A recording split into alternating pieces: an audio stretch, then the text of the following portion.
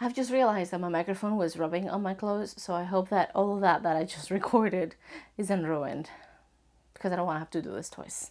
Hello everybody, June here. Today I'm coming to you with a review of the Cashmerette Roseclair Dress, which was just released, I think, a couple of weeks ago.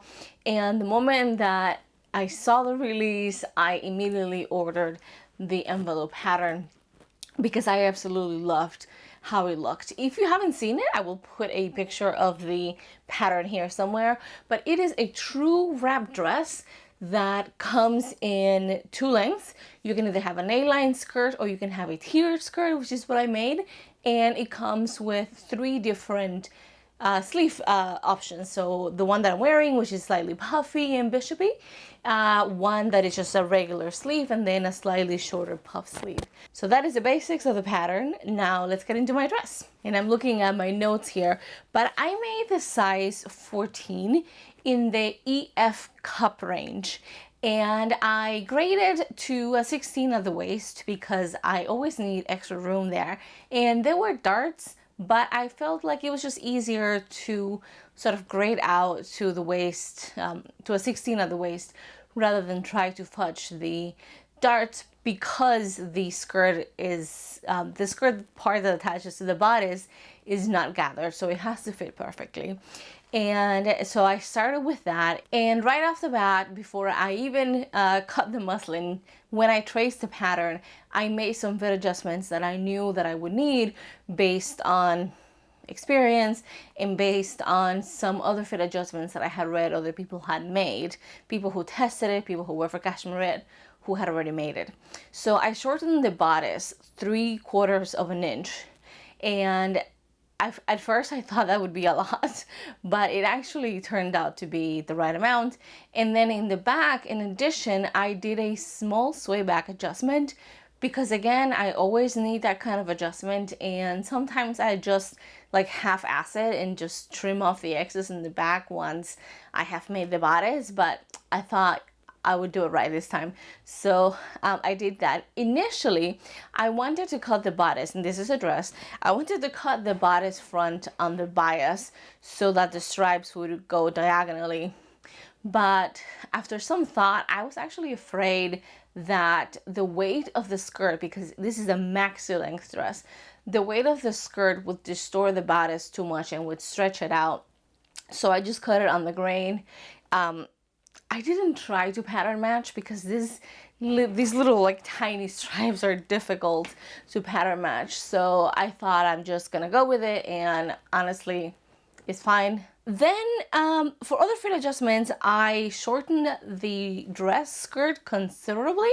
I shortened the skirt part that attaches to the bodice 1/2 inch, and that bit is the bit that if you're making the A-line, you cut a full length one, and then there's a slightly shorter version for the tiered skirt, which is again what I made. So I shortened that 1/2 inch, and then I shortened the next two tiers 1.5 inches each. So the total shortening of the dress, including bodice, skirt, and tiers, is 4.25 inches. And I thought that that would come out to like mid-calf, but it comes on me down to exactly the same place it comes down on the models. So they draft for, I think, 5'6", and I am 5'1.5". So it still is a maxi dress on me, even though I shortened 4.5 inches. If I hadn't shortened 4.5 inches, I would not be able to wear this dress. It's just so long. I usually have to shorten sleeves because I have really short arms, and I thought initially that I wanted to shorten these 2 inches, like the actual sleeve piece. In the end, I only shortened 1 inch, and then for the sleeve, I did the majority of the shortening on the cuff, which I shortened 2 inches, which is basically almost half of the pattern piece. I really just wanted like a thin cuff that would just hold my sleeve hem together, so that's why I shortened it so much. In retrospect, I think that because I did shorten the sleeve so much, this little cup here is a little too short, and actually I can't raise my arms very high because they get caught on my elbow. But I also think that part of the problem with that is that the bicep is a little too small for me in this particular style, even though it didn't look like it would be small because this is a very gathered bishop sleeve, but between the small cuff, which I think it's too small for me at the hem of the sleeve, and the sort of the lack of width on the what is that word? I just said it and I can't remember. Bicep. I really can't raise my arms very high. Like I can do this and you can see here that it starts to get caught. Now if I raise it above my elbow, then I have a lot more range of motion. So if I wanted to do this again, I would go ahead and probably actually do a full bicep adjustment on these sleeves and then make the cuffs a little wider. So gather the sleeve hems a little bit less. And that is the only thing that I would do differently when it comes to fit for this dress, because everything else is perfect. This is my first Cashmerette pattern, and I did make a muslin of the bodice, so I sort of knew how it would look, but I was so incredibly happily surprised with how well it fit. And I mean, I do know that I made some basic fit adjustments before I even cut anything, but the shoulder seam like is on my shoulder, and the reason for this, as I've learned, is that Cashmerette built in a slight forward adjustment, forward shoulder adjustment to their patterns, because from the research they have found out that women who have large busts also have a bit of a forward shoulder. So that is fantastic. And also the width of the shoulder is perfect for me. I have pretty narrow shoulders for my build, and so I always have to do a narrow shoulder adjustment, but I didn't have to do this time. So I mean, it's really great. And then the length, like I know that I always have to shorten things, so that is not a huge deal for me. But overall, I am so happy with the fit of this pattern, except for, you know, like the sleeves or whatever. But live and learn, and like you can see even here they're a little tight, so I'm hung up on the sleeves, but everything else is perfect. And I just love how it looks with this seersucker fabric that I chose. The seersucker is very light, which I think you have to choose a light fabric, a light as in weight, because there is so much fabric in this dress that if you choose something heavier, like even a medium weight linen, I think would be a little bit too heavy. It would just pull everything down. So the seersucker is like nice and floaty and crispy, and it gives it gray shape, and it's not see-through even though it's a light color. So the fabric choice is fantastic. This is not sponsored, but I bought the fabric from fabric.com because I saw a similar dress, like a ready-to-wear dress on Instagram, and I thought I need something like that. So I looked for striped, pastel color striped seersucker fabric. Unfortunately, I couldn't find wider stripes, which is what I actually wanted, but this turned out just fine. And speaking of fabric, I did say there is a lot of fabric on this dress.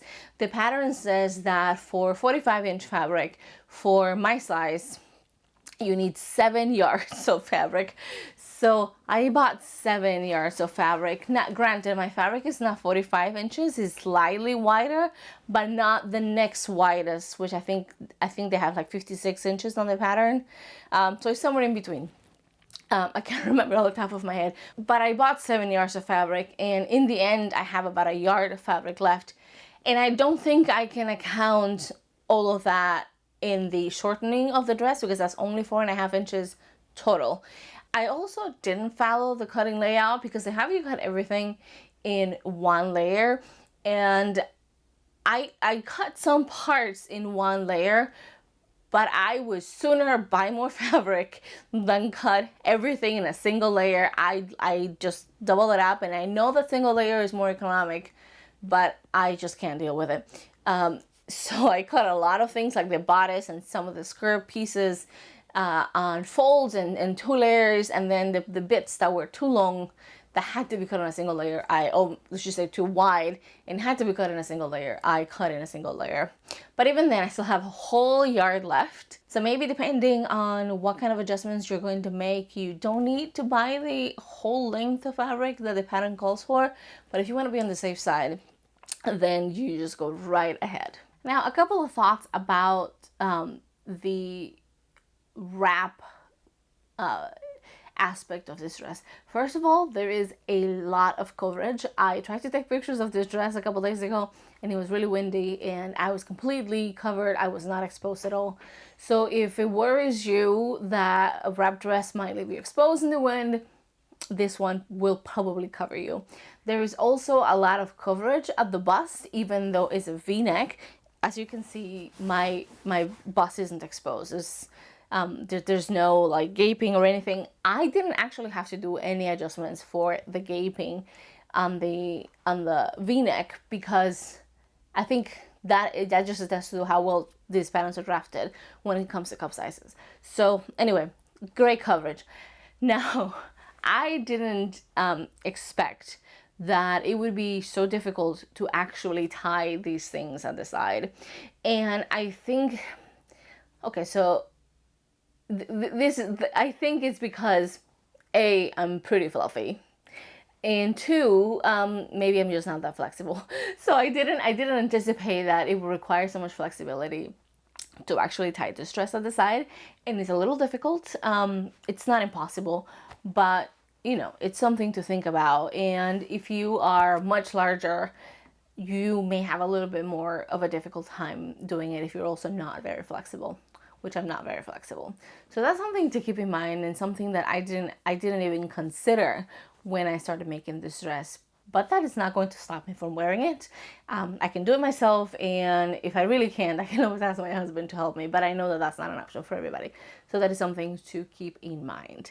The ties are long enough that like you're not struggling to get them to stay in place, but depending on how you want to position the ties, you may have a little bit of a hard time. So really my only two issues with this dress that I have made, not the pattern, but this dress, it's a sleeve problem and the fact that